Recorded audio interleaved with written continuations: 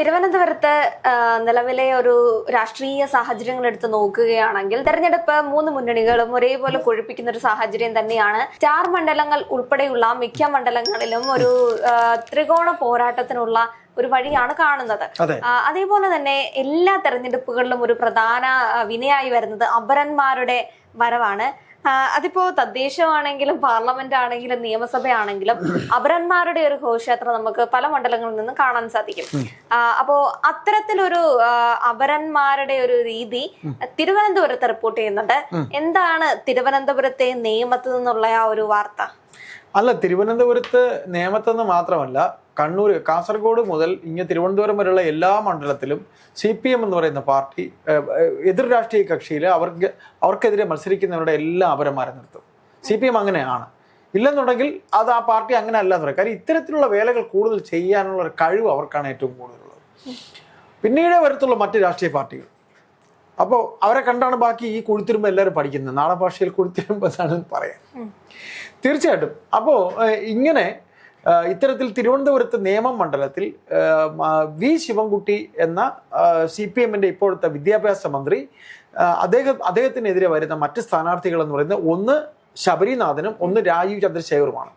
ഇപ്പോൾ രാജീവ് ചന്ദ്രശേഖറിന് ഒരു അപരനെ നിർത്തിയിരിക്കുന്നു എന്നൊരു വാർത്തയാണ് വരുന്നത്. രാജീവ് കുമാർ എന്നോ അങ്ങനെ എന്താ ഒരു പേരുള്ള CPI എന്ന പാർട്ടിയിലെ LDF മുന്നണിയിലെ CPIയുടെ ഒരു നേതാവിനെയാണ് നിർത്തിയിരിക്കുന്നത് എന്നാണ് BJP പരാതിപ്പെടുന്നത്. എന്തായാലും CPI ആണ്, CPM-കാരനല്ല. അപ്പോൾ അവിടെ ഇടതു മുന്നണിയിലെ ഒരു നേതാവിനെയാണ് നിർത്തിയിരിക്കുന്നത്, ഇടതു മുന്നണിയിലെ പാർട്ടിയിലെ ഒരു നേതാവിനെ. അതിൽ പുതുമയുണ്ടെന്ന് എനിക്ക് തോന്നുന്നില്ല. അത് വോട്ട് മാറിപ്പോയി രാജീവ് ചന്ദ്രശേഖറും രാജീവും തമ്മിൽ നമ്മളിപ്പം മെഷീനിൽ നോക്കുമ്പോൾ പേര് രാജീവ് ചന്ദ്രശേഖരൻ രാജീവ് ആണെങ്കിൽ ഇത് അതാണോ ഇതാണോ അതെന്നൊക്കെ ഒരു ഡൗട്ട് അടിക്കാൻ വേണ്ടിയാണ് വെക്കുന്നത്. എന്തായാലും അതൊരു വലിയ തെറ്റായിട്ടാണ് BJP പറയുന്നത്. അതല്ലേ നമ്മൾ അവരുടെ സുരേഷ് കുമാർ എന്ന് പറയുന്ന അഡ്വക്കേറ്റ് സുരേഷാണ് ആ വർത്തമാനം പറയുന്നത്. അല്ല, അവർക്ക് ഇപ്പൊ BJPക്ക് അത്യാവശ്യം ഒരു സ്വാധീനമുള്ള സ്ഥലമായിട്ട് തലസ്ഥാനത്തെ അവർ കണക്കാക്കുന്നുണ്ട്. അതുകൊണ്ട് തന്നെ അവിടുത്തെ വിജയം എന്ന് പറയുന്നത് ഇപ്പൊ അവർ അധ്യക്ഷൻ തന്നെ പറഞ്ഞിട്ടുണ്ടായിരുന്നല്ലോ, ഈ തിരുവനന്തപുരത്തെ വിജയം അവരുടെ അനിവാര്യമായിട്ടുള്ളൊരു കാര്യമാണ്. അവരെ സംബന്ധിച്ച് തിരുവനന്തപുരം ഈ തദ്ദേശത്തിന് ശേഷം നിയമസഭയിലും ഭൂരിപക്ഷം പിടിച്ചെടുക്കാൻ അവർക്ക് സാധ്യതയുള്ളതായി അവർ കാണുന്ന ഒരു സ്ഥലമാണ്. അതുകൊണ്ട് തന്നെ അവിടുത്തെ ഇപ്പോ അവർ അധ്യക്ഷൻ തന്നെ നിൽക്കുന്ന മണ്ഡലം ആകുമ്പോൾ അവർക്ക് അത്യാവശ്യം ഒരു തെരഞ്ഞെടുപ്പ് പ്രചരണ രീതികളാണെങ്കിലും അതൊക്കെ കൊഴുപ്പിക്കുന്ന ഒരു സാഹചര്യമാണ്. അപ്പൊ ഇത്തരത്തിലുള്ള അപരന്മാരുടെയൊക്കെ കാര്യങ്ങൾ അവർ വളരെ സൂക്ഷ്മതയോടെയാണ് കണക്കാക്കുന്നത്. എന്നിരുന്നാലും മിക്ക മണ്ഡലങ്ങളിലും ഈ ഒരു അവസ്ഥ നമുക്ക് കാണാൻ സാധിക്കും. അതാണ് സത്യാവസ്ഥ. ഈ അപരസ്ഥാനം പലപ്പോഴും നമുക്ക് കാണുന്ന സമയത്ത് ചിന്തിച്ചു പോകുന്നതാണ്, എന്തിനാണ് ഈ അപരന്മാരെ നിർത്തുന്നത്? ചിലയിടത്ത് സ്വതന്ത്ര സ്ഥാനാർത്ഥികളൊക്കെ ഒരേ പേരുള്ള അപരന്മാരെ നമുക്ക് കാണാൻ പറ്റും. അപ്പോൾ ഇത്തരത്തിലുള്ള ഈ ഇനിഷ്യൽ ചിലപ്പോൾ ഒരേ ഇനിഷ്യലും ആയിരിക്കും. അപ്പോൾ ഇങ്ങനെ പേര് കൊടുക്കുമ്പോൾ വോട്ട് മറിയാനുള്ള സാഹചര്യമുണ്ടോ? കാരണം ചിഹ്നം എന്ന് പറയുന്നത് ഒരു ഘടകമാണ്. അപ്പൊ ആ ഒരു ഘടകത്തിന്റെ അപ്പുറത്തേക്കും അപരന്മാരുടെ പേര് കൊണ്ട് മാത്രം വോട്ട് മറിയുന്ന സാഹചര്യം ഉണ്ടായിട്ടുണ്ട്. എന്ന് വെച്ചാല് ആതിരെ ഇത് പറയുമ്പോൾ ഞങ്ങളുടെ കുട്ടിപ്രായത്തില്, ഞങ്ങളുടെ കൊച്ചുനാളില് ഞങ്ങളുടെ പിതാവിനോട് ഞങ്ങൾ ചോദിക്കുമായിരുന്നു, അച്ഛ ഇതിങ്ങനെ ഈ അപരനെ നിർത്തിയാൽ, അപ്പൊ അച്ഛൻ പറഞ്ഞിട്ടുള്ളതാണ് ഈ പാർട്ടി അങ്ങനെയാണ്, ഇവരങ്ങനെ ഇത്തരത്തിൽ ഒരു ഡസൻ അപരന്മാരെ നിർത്തിയിട്ട് പണി കൊടുക്കുന്ന പണി വരെ ചെയ്തിട്ടുണ്ട്. അത് കൃത്യമായിട്ട് അത് ഇവർക്കേ കഴിയുള്ളൂ. കാര്യം ഞങ്ങൾക്കൊന്ന് ചിരി വരുമായിരുന്നു. കാര്യം എന്നിട്ട് അദ്ദേഹം തന്നെ കാണിച്ചു തന്നിട്ടുണ്ട്. കഴിഞ്ഞ ഇലക്ഷനിൽ നമ്മുടെ പിതാവ് അച്ഛൻ കാണിച്ചു തന്നിട്ടുണ്ട്, ഈ പോണം കഴിഞ്ഞ ഇലക്ഷനിൽ ഇന്ന സ്ഥാനാർത്ഥിയുടെ അപരനായിരുന്ന അതിൽ ഒരു അപരനാണ് ഈ പോണെന്ന് പറയും. കാര്യം അത് ഐഡന്റിഫിക്കേഷൻ പാർട്ടിയിൽ തന്നെ അവരങ്ങനെ അല്ലെങ്കിൽ അവരവിടെ നിന്ന് കണ്ടെത്തുക, അതവരുടെ ഒരു നിഗൂഢമായ പ്ലേ ആണ്. ആ പ്ലേ അവർ നടപ്പാക്കും. കാര്യം അത് ഫലം കാണുകയും ചെയ്യും. അങ്ങനെ വന്നിട്ടുണ്ട്. ഇപ്പൊ VM സുധീരൻ മത്സരിക്കുന്നു ആലപ്പുഴയിൽ, വേറൊരു സുധീരൻ അവിടെ ഉണ്ടാവും. VM സുധീരന്റെ പേര് AM സുധീരൻ മത്സരിക്കും. അതും അവർ കണ്ടെത്തും. ഇപ്പൊ G സുധാകരനെതിരെ ഒരു അപരനെ നിർത്തിയിട്ട് ആ അപരം പൊളിഞ്ഞു പോയ കഥ ഇപ്പം നമ്മൾ കേട്ടില്ലായിരുന്നു. G സുധാകരനെതിരെ അമ്പലപ്പുഴയിൽ ഒരു സ്ഥാനാർത്ഥിയെ നിർത്തി, എന്നിട്ട് ആ സുധാകരൻ പൊളിഞ്ഞുപോയി, ആ സുധാകരന്റെ പത്രിക തള്ളി എന്ന് പറഞ്ഞ് വാർത്ത വന്നു. സത്യത്തിൽ ഇത് കേൾക്കുമ്പോൾ നമുക്ക് ആദ്യം ചിരിയണം. ശരിക്കും ഈ അപരന്മാരെ നിർത്തുന്നത് ഈ വലിയ സാധ്യതയില്ലാത്ത മണ്ഡലങ്ങളിലൊന്നും അങ്ങനെ നിർത്തേണ്ട ആവശ്യമില്ലല്ലോ.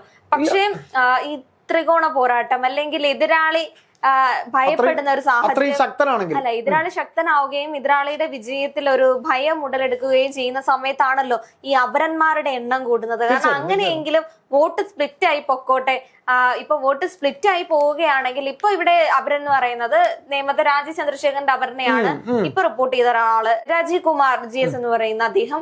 അപ്പോ അത്തരത്തില് രാജീവ് ചന്ദ്രശേഖറിന് വരാൻ പോകുന്ന വോട്ടുകൾ ചിലതൊക്കെ ഈ പേര് മാറി കുത്തിപ്പോവും. രാജീവ് കാണുമ്പോ അപ്പൊ കണ്ടുപിടിക്കാൻ പറ്റും. അങ്ങനെ വാട്ട് ഷെയർ ഇപ്പൊ ഈ നല്ല ഏജ് ആയിട്ടുള്ളത് അല്ലെങ്കിൽ അങ്ങനെ അപ്പൊ മേ ബി സാഹചര്യം ഉണ്ടാകാം ഇത്തരത്തിൽ. ചിലപ്പോ ഈ പേര് ഇൻഷ്യലൊക്കെ വെച്ചിട്ട് രാജീവ് ചന്ദ്രശേഖറിന്റെ മുകളിലാണ് രാജീവ് കുമാർ GS എങ്കിൽ ഫസ്റ്റ് രാജീവ് എന്ന് കാണുമ്പോഴേ കുത്തുന്ന ആൾക്കാരുണ്ടായിരിക്കും. അപ്പൊ അങ്ങനെ തെറ്റി പോകുന്ന അപ്പൊ വോട്ട് സ്പ്ലിറ്റ് ചെയ്തു പോകും. അങ്ങനെ സ്പ്ലിറ്റ് ചെയ്ത് പോകുമ്പോ ഈ നേരിയ ഭൂരിപക്ഷത്തിലൊക്കെ പലയിടത്തും ആൾക്കാർ ജയിക്കുന്ന അപ്പൊ അങ്ങനെയൊക്കെ വരുന്നത് ചിലപ്പോ ഇത്തരത്തിൽ വോട്ട് സ്പ്ലിറ്റ് ആയി അല്ലെങ്കിൽ വോട്ട് മറിഞ്ഞു പോകുന്ന സാഹചര്യം കൊണ്ടാണ്. അതുകൊണ്ട് തന്നെ ഈ ചെറിയ ഭൂരിപക്ഷത്തിലൊക്കെ തോറ്റു പോകുന്നതിനെ അത്തരത്തിൽ അങ്ങ് തോൽവിയായിട്ട് നമുക്ക് കണക്കാക്കാം. തോൽവി തന്നെയാണ്. കാര്യം ഇലക്ഷന്റെ നിയമത്തിലൊന്നും ഇങ്ങനെ അവരന്മാരെ നിർത്താൻ പാടില്ലെന്ന് ഒരിടത്ത് നിയമം പറഞ്ഞിട്ടില്ല. അതുകൊണ്ട് അത് അത്തരത്തിൽ അവരന്മാരെ നിർത്തും.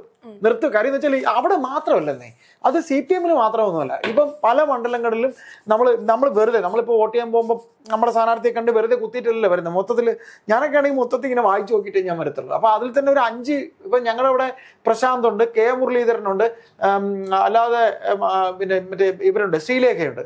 ഇതിൽ ശ്രീലേഖ ചിലപ്പം ശ്രീരേഖ കാണും, V മുരളീധരന് പകരം M മുരളീധരൻ കാണും, K മുരളീധരന് പകരം M മുരളീധരൻ കാണും, വേറെ മുരളീധരൻ കാണും, മുരളീകൃഷ്ണൻ കാണും, പ്രശാന്തിന് പകരം വേറെ പ്രശാന്ത് കാണും. അപ്പൊ ഇതെല്ലാം നമുക്ക് ചിഹ്നമാണല്ലോ അടിസ്ഥാനം. വ്യക്തി അവിടെ പ്രശ്നമല്ല, നിങ്ങളെ ചിഹ്നം ഇതാണ്, ചിഹ്നത്തിലാണ് കുത്തേണ്ടത്. ഇത് CPM അല്ലെങ്കിൽ CPM ആണ് തുടക്കത്തിലെ കൊണ്ടുവന്നിരുന്നത്. പിന്നെയാണ് മറ്റ് രാഷ്ട്രീയ പാർട്ടികൾ ഇതിലേക്ക് വന്നത്. മിക്ക രാഷ്ട്രീയ പാർട്ടികളുടെയും പല ഇടങ്ങളിൽ നമ്മൾ കേട്ടിട്ടുണ്ട്. കോൺഗ്രസിന്റെ ഇത്തരം അപരന്മാരെ നമ്മൾ കേട്ടിട്ടുണ്ട്. അതേപോലെ സ്വതന്ത്രരെ കുറേയധികം സ്വതന്ത്രരെ നിർത്തുന്നതാണ്. അവര് പ്രത്യേകിച്ച് ലേബർ നമ്മള് പ്രചരണത്തിന് പോലും ഇതിന് മുൻപുണ്ടായിരുന്ന ലോക്സഭയിലായിരുന്നു തോന്നുന്നു ഇത്തരത്തില് അപരന്മാരെ ഒറ്റയ്ക്കൊക്കെ ആയിരിക്കും വന്ന് അവരുടെ ഒരു ചെറിയൊരു നോട്ടീസ് പേപ്പർ ഒക്കെ കൊണ്ടു തന്നിട്ട് വിളിച്ചിട്ട് പോകുന്നത്. അണികൾ ഉണ്ടാവില്ല, ആരും ഉണ്ടാവില്ല. അപ്പോഴും പലരും പറയുന്നിട്ടുണ്ട് ഒരു 10-50 വോട്ടുകളൊക്കെ അങ്ങോട്ട് പോവായിരിക്കും എന്ന രീതിയിൽ. കാരണം ആ 50-100 വോട്ടുകൾ ഇവർക്ക് കിട്ടിയാലും അത് ഏതെങ്കിലും ഒരു സ്ഥാനാർത്ഥിക്ക് പോവേണ്ടിയിരുന്ന വോട്ടുകളാണ് ഈ പറയുന്ന അപരന്മാരിലേക്ക് എത്തുന്നത്. അത്തരം സാഹചര്യങ്ങൾ വരുമ്പോൾ വോട്ട് മറിയാനുള്ള സാഹചര്യവും ഭൂരിപക്ഷക്കുറവും കൂടുതലും ഒക്കെ സംഭവിക്കുന്നത് ഇത്തരം മികവിലൂടെ തന്നെയാണ്. പക്ഷെ എന്തായാലും ഈ അപരന്മാർ എണ്ണം കൂടുന്നതനുസരിച്ച് അവിടെ ആണ് പോരാട്ടം കൂടുതലുള്ളതെന്ന് നമുക്ക് ചിന്തിക്കേണ്ടിയിരിക്കുന്നു. ബാക്കിയുള്ള മണ്ഡലങ്ങളെ അപേക്ഷിച്ച് അപരന്മാർ എണ്ണം എടുക്കുമ്പോൾ നമുക്കറിയാം അവിടെയാണ് ഏറ്റവും കൂടുതൽ. ഇതിൽ ഏതെങ്കിലും ഒരു സ്ഥാനാർത്ഥി വളരെ ഏറ്റവും 2 രാഷ്ട്രീയ പാർട്ടികളിൽ ഏതെങ്കിലും ഒരാൾ അത്രയും നല്ല മിടുക്കനായിരിക്കും, ജയിക്കാൻ സാധ്യത. അപ്പൊ അവർക്കെതിരെയാണ് ഈ കളി കളിക്കുന്നത്. ഈ ഓപ്പോസിഷൻ ഒന്നും പറയാൻ പറ്റാത്തൊരു സാഹചര്യം. ഇപ്പൊ നിയമത്തിന്റെ സാഹചര്യം എടുക്കുകയാണെങ്കിൽ ശബരിനാഥ് ഒരു മികച്ച സ്ഥാനാർത്ഥിയാണ്. ശിവൻകുട്ടിയുടേതായിട്ടുള്ള വോട്ടുകളുള്ള മണ്ഡലമാണ്. ഒരിക്കൽ തന്റെ തട്ടകമാക്കി അല്ലെങ്കിൽ തിരിച്ചു കൊണ്ടുവന്നൊരു മണ്ഡലമാണ് നിയമം. പിന്നീട് രാജീവ് ചന്ദ്രശേഖർ എന്ന് പറയുന്നത് ലോക്സഭയിൽ തന്റേതായിട്ടുള്ള വോട്ടുകൾ സമാഹരിച്ച ഒരാളാണ്. അതിനുശേഷം അടുത്തതായി അദ്ദേഹം അഭിമുഖീകരിക്കുന്നത് ഈ നിയമസഭയിലേക്കാണ്. അപ്പോ ഇത് 3 പേർക്കും നിർണായകമായിട്ടുള്ള വോട്ടുകൾ ഉള്ള മണ്ഡലമാണ്. അപ്പൊ എന്തും അവിടെ സംഭവിക്കാം. ഇപ്പോ ചിലയിടങ്ങളിൽ നമുക്ക് നോക്കുമ്പോൾ ശബരിനാഥിനായിരിക്കും സാധ്യത കൂടുതലെന്ന് പറയേണ്ടിയിരിക്കുന്ന സ്ഥലത്ത് മറ്റൊരു മണ്ഡലങ്ങൾ എടുത്ത് നോക്കുമ്പോൾ ശിവൻകുട്ടിക്ക് നല്ല രീതിയിൽ ഭൂരിപക്ഷം കാണാം. ചിലയിടങ്ങളിൽ നോക്കുമ്പോൾ കാണാം അവിടെ രാജീവ് ചന്ദ്രശേഖറിന്റെ മുഖം മാത്രമേ ഉള്ളൂ. അല്ല, അതിൽ ഇതിൽ ഒരു കാര്യം നമുക്ക് പറയേണ്ടി വരും. അതായത് ഇതിലിപ്പോ ഇങ്ങനെ വോട്ടിനായിട്ട് സ്ഥാനാർത്ഥി നിർത്തുന്നില്ലേ, മറ്റിടങ്ങളിൽ വോട്ട് ഉള്ള നമ്മുടെ കയ്യിലുള്ളതിനേക്കാൾ വോട്ട് ചേർക്കൽ പരിപാടി നടക്കും. ഇപ്പം വോട്ടിന്റെ ഒരു ഇന്ന കൗൺസിൽ അല്ലെങ്കിൽ ഇന്ന സ്ഥലത്ത് ഇപ്പം നിയമമണ്ഡലത്തിൽ സ്റ്റുഡിയോ റോഡിൽ ഇത്ര വോട്ടുണ്ട്, 5000 വോട്ടുണ്ട്, അല്ലെങ്കിൽ 3000 വോട്ടുണ്ട്. അധികം ഇവർ ജയിക്കാനായിട്ട് ഏതെങ്കിലും ഇപ്പം ഉദാഹരണത്തിന് CPM ജയിക്കാനായിട്ട് എവിടെന്നെങ്കിലും ഒരു 400 വോട്ട് കൊണ്ടുവന്ന് അവിടെ പേര് ചേർക്കും. അങ്ങനെയുള്ള പരിപാടി. അതാണ് ഈ SIR ഇപ്പോൾ ഉണ്ടാവാൻ കാര്യം. SIR ഇപ്പൊ അങ്ങനെയാണ് അത് അത്രയും കഠിനമായത്. അല്ലെങ്കിൽ കള്ളവോട്ടിന്റെ പൂരമായിരുന്നു. കാര്യം കഴിഞ്ഞ ഈ ആറ്റിങ്ങൽ ബൈ ഇലക്ഷനിൽ ഈ വന്ന സമയത്ത് എത്രയെങ്കിലും തവണ സമ്പത്ത് എന്ന് പറഞ്ഞൊരു MP ജയിക്കുമായിരുന്നു. അവസാനം അത് കള്ളവോട്ടാണെന്ന് പിടിക്കപ്പെട്ടു. കാര്യം ഒരിടത്ത് വോട്ട് ചെയ്തിട്ട് ഡബിൾ ചെയ്ത്, ആറ്റിങ്ങൽ വോട്ടുള്ള ആൾ ചെറിയൻകീഴ് വോട്ട് ചെയ്തിട്ട് തിരിച്ചു വിടുന്ന വോട്ട് ചെയ്ത് അങ്ങനെ ഡബിളിംഗ് ഉള്ള വോട്ടുകൾ പിടിച്ചു. അടൂർ പ്രകാശ് പേപ്പർ കൊടുത്ത് പിടിച്ചു വോട്ടില്. അപ്പൊ ഈ കള്ള വോട്ട് പിടിച്ച് അതിനാണ് ഈ SIR വന്നത്. അതുപോലെ ഇനിയിപ്പോ ഇതെന്തായാലും തിരഞ്ഞെടുപ്പ് നിയമത്തിൽ അങ്ങനെ ഒരു നിയമം ഇതുവരെ വന്നിട്ടില്ല. അപരന്മാർക്ക് മത്സരിക്കാൻ കഴിയില്ല എന്ന് ഇനി നിയമം വരില്ല. അതായാലും അപരന്മാർ മത്സരിക്കട്ടെ, അതേപോലെ നിങ്ങൾക്ക് ഇഷ്ടമുള്ള ഇതിപ്പോ BJP പരാതി പറഞ്ഞിരിക്കുകയാണ്. ഞാൻ പറയുന്നത് BJP പരാതി പറയേണ്ട ഒരു കാര്യം പോലും ഇല്ല. കാര്യം നിയമത്തെ എല്ലാം വിദ്യാഭ്യാസവും വിവരമുള്ള ആൾക്കാരാണ്. നല്ല വിദ്യാഭ്യാസവും വിവരമുള്ള ഒരു കൂട്ടം സാംസ്കാരിക സമ്പന്നമായത്. തിരുവനന്തപുരത്തെ സാംസ്കാരിക സമ്പന്നമായ ഒരു സ്ഥലമാണ് നേമം. അവിടെ ഈ പറയുന്ന രാജീവ് ചന്ദ്രശേഖർ ജയിക്കുമെന്ന് അത്രയും കോൺഫിഡൻസ് അവർക്കുണ്ട്.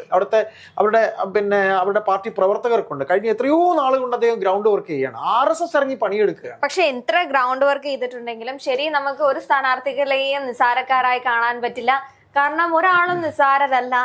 എന്തായാലും നിയമം സർപ്രൈസ് ആയിട്ട് തന്നെ നിൽക്കട്ടെ.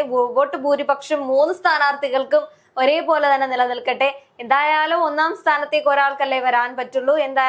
നിയമത്തെ അപരന്റെ രീതി ഇതാണ്. രാജീവ് ചന്ദ്രശേഖറിന് പകരം രാജീവ് കുമാർ GS രംഗത്തെത്തിയിരിക്കുന്നു. എന്നിരുന്നാലും ശിവൻകുട്ടിക്കാണെങ്കിലും പങ്കെന്ന് പറയുന്നു. ശിവൻകുട്ടി ഉൾപ്പെടെയുള്ളവരാണ് നിർത്തിയെന്ന് പറയുന്നു. അറിയില്ല, കാരണം അത് CPM-ഉം CPI-യും ആണ്. നമുക്കതിനെ ബന്ധപ്പെടുത്തി അവർക്ക് അറിയാവുന്നത് അത് കറക്റ്റ് ആളിനെ തന്നെ പിടിച്ചിട്ടുണ്ട്. അതുകൊണ്ടാണ് ഇത്രയും അത് ഓപ്പൺ ആയിട്ട് പറയുന്നത്. അത് ആരാണ് മത്സരിക്കുന്നത്, ഏത് രാഷ്ട്രീയ പാർട്ടി എന്ന് വരെ സുരേഷ് എന്ന അഡ്വക്കേറ്റ് സുരേഷ് BJP വക്താവ് പറയുന്നുണ്ട്. തീർച്ചയായും. എന്തായാലും നിയമത്തെ തെരഞ്ഞെടുപ്പ് കൊടുക്കുകയാണ്. വരും ദിവസങ്ങളിൽ ബാക്കി മണ്ഡലങ്ങളിലേക്ക് നമുക്ക് നോക്കാം.